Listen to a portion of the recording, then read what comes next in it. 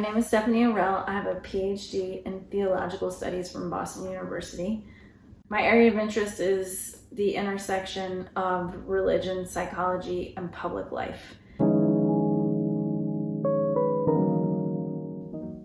What I feel passionate about learning, thinking, and helping others with is how symbol systems manifested through theology and religion help people process painful pasts, encounter and deal with human suffering, and work through or experience the recovery from traumatic circumstances and events.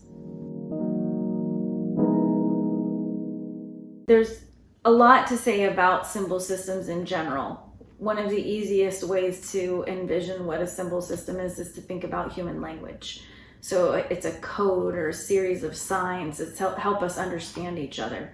One of the things that is so fascinating to me about theology or religion is that these are cultures that have developed over long periods of time that develop a language for how to understand what we might call first order questions, which are the big questions we ask about our lives, meaning in our lives, and then what it means to die.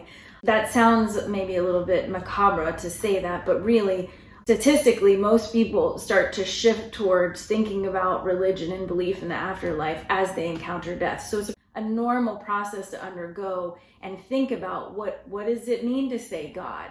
What does it mean to say my life has purpose or meaning? What does it mean to say evil exists?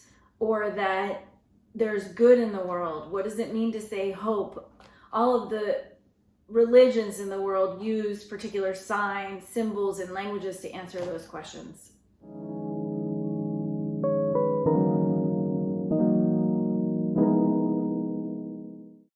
I currently teach theology at Fordham University. I have taught theology at various locations and humanities courses, always thinking about similar intersections and themes.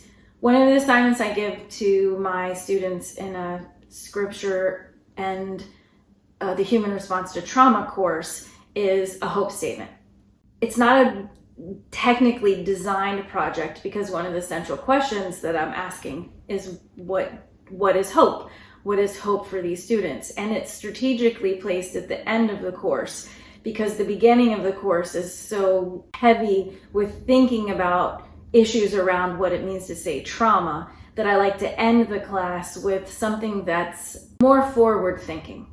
So one way I envision hope and why I ask them to think about hope is that hope naturally is attached to a religious language. It's also a philosophical concept that gets a little deeper into thinking about what hope is, but ultimately it directs attention to possibility or what's happening in the future. I recently just read a book by a friend of mine, actually, centering hope as a sustainable decolonial practice. It's by Dr. Yara Gonzalez Justiano. A little Italian accent, bringing out my Italian heritage.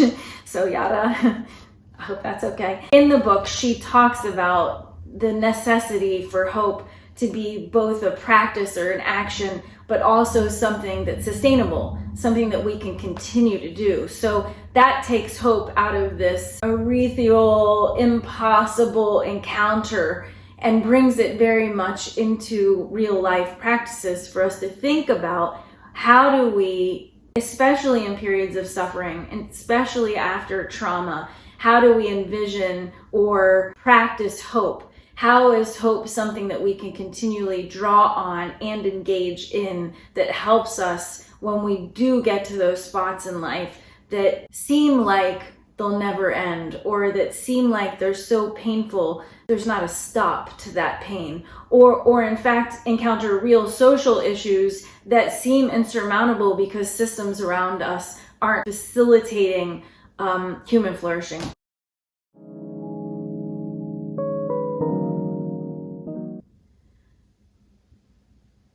It gives me tears in my eyes. I don't know if I can do it actually. Okay, so in a very abstract sense, I have no idea what it is in a very abstract way.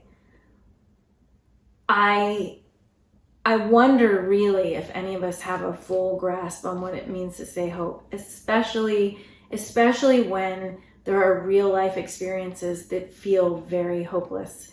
And to have encountered experience where there is a sense of hopelessness, it really challenges the ability to say hope is something real that we can hang on to. It really does. And today, what I'm thinking about is immigrants standing around in Times Square, around Grand Central Station, and knowing realistically, first of all, belief that I have is that every one of those people wants to work.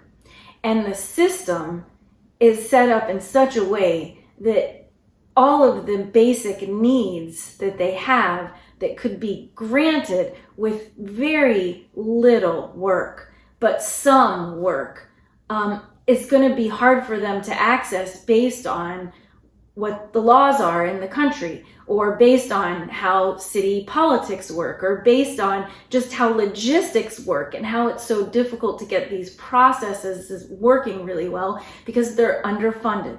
So when I look at that, I just think I sometimes feel almost paralyzed when I think about what hope is. And I can draw on personal experience also where there were periods in my own life where I struggled to define what hope meant. So as I think about it as a writer and a teacher and someone who's currently writing a speech on hope, actually, the challenge as an academic for me is to now take that example and start to think philosophically and theologically. And I think both are important. And why I think both are important is there are quite a few people that would push back against theological interpretations. So I like to try to work with both so that the theological interpretation is one. The philosophical interpretation offers a similar exploration, but that's not grounded in belief in a divinity, in something divine, for instance. Because there are a fair amount of people, especially in the United States, that would push back against that. I think, again, we're talking about two language systems, right? So the philosophy and theology are two systems to discuss similar concepts.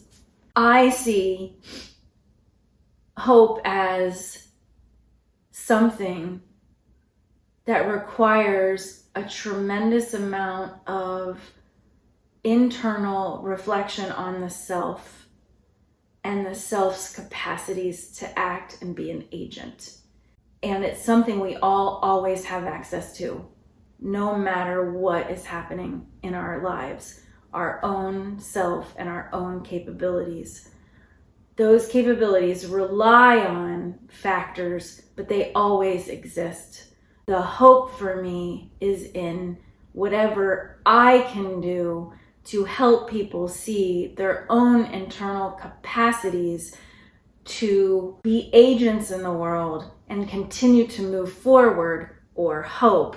Thinking about hope as an action is something that's propelling us to uncover and be creative about ways to meet their needs, to connect with others, to find work, to find meaning. The list is pretty endless, but it really comes down to helping people uncover their capacity to be agents in the world that promote good, that work towards future good for others, and that's hope to me.